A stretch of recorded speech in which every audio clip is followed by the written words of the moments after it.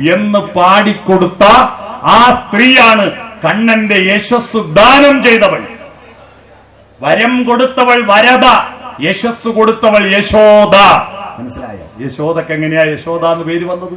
അമ്മമാരെ, നിങ്ങൾ നിങ്ങളുടെ മക്കളുടെ യശോദമാരാണോ? അലക്കക്കാരോ ബന്ധുക്കളോ നാട്ടുകാരോ? എങ്ങനെയുണ്ട് മോൻ പഠിക്കുക?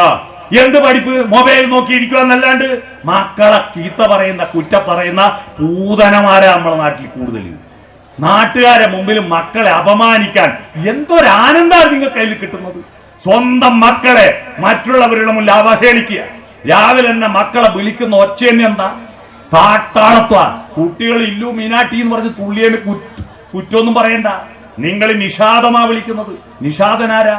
കാട്ടാളൻ.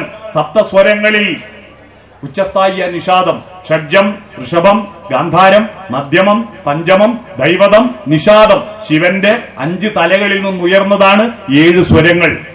അതിൽ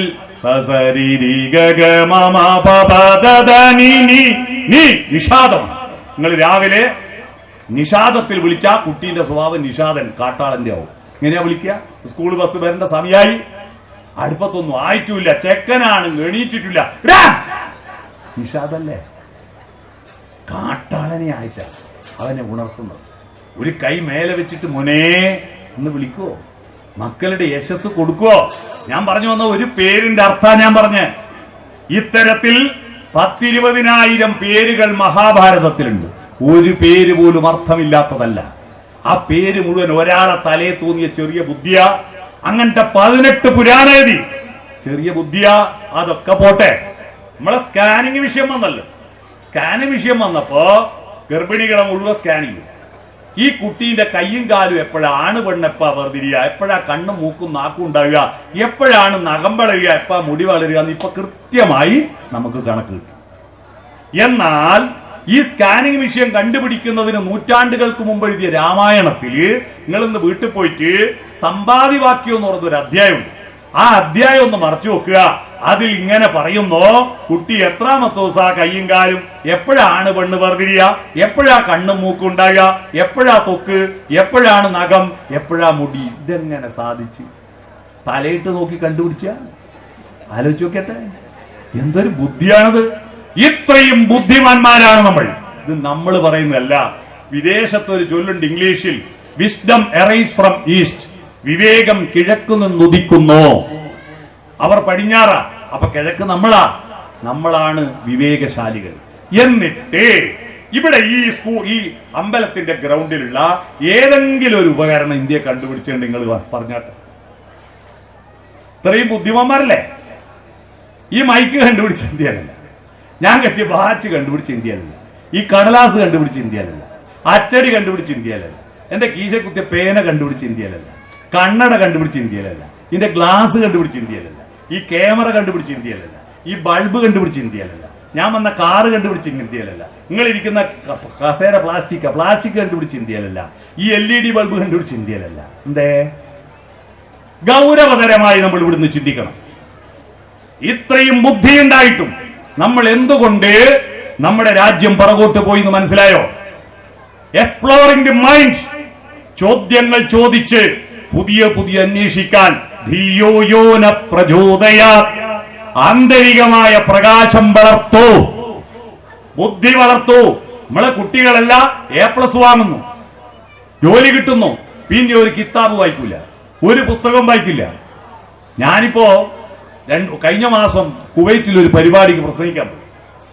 ശ്രീനാരായണ ദർശനങ്ങളെ കുറിച്ച് ഒരു പ്രഭാഷണം നടത്താൻ പോയി. അവിടെ പോയപ്പോ അവിടുത്തെ അറബികൾക്കെല്ലാം ഞാൻ കൗതുകമായിരുന്നു. എന്റെ പ്രസംഗം കേട്ടിട്ടല്ല അവർക്ക് എടുത്ത് മലയാളം അറിയാം ഒന്നുമല്ല. അതിന് കാരണം ഞാൻ ആടെ മുണ്ടെടുത്തിട്ടാണ് നടന്നത്. അടുത്ത മലയാളികളെല്ലാം വീട്ടിന്റെ അകത്തുനിന്ന് മുണ്ടെടുക്കും, പക്ഷെ പുറത്തിറങ്ങുമ്പോൾ പാൻറ് ഇടും. അവര് റോഡ് മേലെ മുണ്ടെടുത്തിട്ട് ഒരാൾ നടക്കുന്ന കണ്ടിട്ട് അവരിങ്ങനെ നോക്കി. അവര് പലരും വന്ന് സെൽഫി എടുത്ത്. അവർക്ക് ഏറ്റവും ഇഷ്ടപ്പെട്ടത് മുണ്ട് ഉടുക്കുന്നതല്ല കേട്ടോ. ഞാൻ അടുത്ത കുളത്ത് കുളിക്കാൻ നോക്കുമ്പോൾ മുണ്ട് മാറ്റുമ്പോ ഇവരിങ്ങനെ സൂക്ഷിച്ചു നോക്കുക. എന്താണെന്നറിയോ? അവർക്ക് മാറ്റണമെങ്കിൽ ഒന്ന് അയച്ചിട്ടിട്ടേ വേറെ ഉടുക്കാനറിയും. മലയാളിക്ക് മാത്രം അറിയുന്ന ഒരു സാങ്കേതിക വിദ്യയുണ്ട്. ഉടുക്കലും അയക്കലും ഒരേ സമയത്ത് നടത്തും. എന്ന് പറഞ്ഞാൽ തോർത്ത് ചുറ്റിയാടെ പിടിച്ചിട്ട് മുണ്ട് ചൊട്ടി വലിക്കുന്ന സൂത്രമില്ലേ, അത് അവർക്കറിയില്ല. അവിടെ പല രാജ്യക്കാർ ഒരുമിച്ച് ചേർന്നപ്പോ ഒരു കാനഡക്കാരൻ ഞാൻ പരിചയം. കാനഡക്കാരനോട് ഞാൻ ഐ ആം ഫ്രം ഇന്ത്യ എന്ന് പറഞ്ഞപ്പോ ഉടൻ തന്നെ അദ്ദേഹം പറഞ്ഞു, oh the land of Gitanjali. Gitanjali എന്ന് പറഞ്ഞ അയാൾക്ക് ജീവനാ. അത് കഴിഞ്ഞിട്ട് ഇന്ത്യ ഫ്രം വെയർ? ഞാൻ പറഞ്ഞു I am from Kerala. Oh Kerala, the land of Kathakali. എന്നെ കെട്ടിപ്പിടിച്ചു അയാൾ, കഥകളിയുടെ നാട്ടുകാരൻ. കഥകളി കാണാൻ വേണ്ടി 2 ലക്ഷം ഉറുപ്പ്യ ചെലവാക്കിയിട്ട് എല്ലാ കൊല്ലവും കോട്ടക്കല് കഥകളി മേളയിൽ വരും. മേളക്ക് കാണാൻ വരികയാണ്. കഥകളി കാണാൻ നമ്മളെ നാട്ടിൽ ഫ്രീ ആയിട്ട് വെച്ചാ പിള്ളേർ കാണാൻ പോവോ? അങ്ങന്നുണ്ടാ മൊബൈൽ മാത്രം ഇത് കണ്ടിരിക്കുവോ? അതാ പറ്റിയ നമുക്ക്. മൂന്നാമത്തെ കാര്യമാണ് പറഞ്ഞത്, നിങ്ങൾ വായനയ്ക്ക് വേണ്ടി 1 മാസം നീക്കി വെച്ച മനുഷ്യന്മാരല്ലേ. ഞാൻ പെട്ടെന്ന് ഞെട്ടിപ്പോയി. അതപ്പാ പിന്നെ ഓർമ്മിച്ചോ, യെസ് യെസ് യെസ്. ഞാൻ പറഞ്ഞു, എന്ത് കർക്കിടക മാസത്തിൽ രാമായണം വായിക്കുന്നില്ലേ? നമ്മളെ കാര്യം നമ്മക്കറിയാലോ. കർക്കടകം 31-ാം തീയതി ഇത്യധ്യാത്മ രാമായണേ ഉമാമഹേശ്വര സംവാദേ യുദ്ധകാന്ഡം സമാപ്തം എന്ന് പറഞ്ഞ് പൂട്ടിയ പിന്നെ അടുത്ത 11 മാസം ഒരക്ഷരം വായിക്കാത്ത മഹാമാരാ നമ്മള്. വായിക്കാത്ത എല്ലാവരും അല്ല, ചില ആള് വായിക്കും. പക്ഷെ മഹാഭൂരിപക്ഷവും വായിക്കുന്നില്ല. നമ്മൾ പ്ലസ് ആവുന്നില്ല. നമ്മൾ പുതിയ പുതിയ ധിയോ യോന പ്രചോദയ ജ്ഞാനമാണ്, ജ്ഞാനകാന്ഡമാണ്, സച്ചിദാനന്ദമാണ്. ജ്ഞാനത്തിൽ നിന്നാണ് എല്ലാ ദൈവങ്ങളും ഉണ്ടായത്. ജ്ഞാനമാർഗമാണ് ദൈവമാർഗം. കാരണം രാമനെ നമ്മൾ അറിഞ്ഞത് രാമായണത്തിലാ, കൃഷ്ണനെ അറിഞ്ഞത് ഭാഗവതത്തിലാ. ഈ ജ്ഞാനമാർഗം ഉപേക്ഷിച്ചു കളഞ്ഞു. നമ്മള് ജോലി കിട്ടാൻ ഭക്ഷണമാർഗമാണ് അറിവെന്ന് വിചാരിച്ചു. അല്ല, ആനന്ദമാർഗം ജ്ഞാനമാർഗമാണ്. നീ സത്യം ജ്ഞാനം ആനന്ദം ഗുരുവിന്റെ ദൈവദശകത്തിൽ പറയുന്നില്ലേ, ആത്മോപദേശ ശതകത്ത് പറയുന്നില്ലേ, നീ സത്യം ജ്ഞാനം ആനന്ദം. സത്യം അന്വേഷിച്ച് ജ്ഞാനം കണ്ടെത്തുമ്പോൾ കിട്ടുന്ന ഒരു ആനന്ദമുണ്ട്. ഈ ആനന്ദം അനുഭവിക്കും.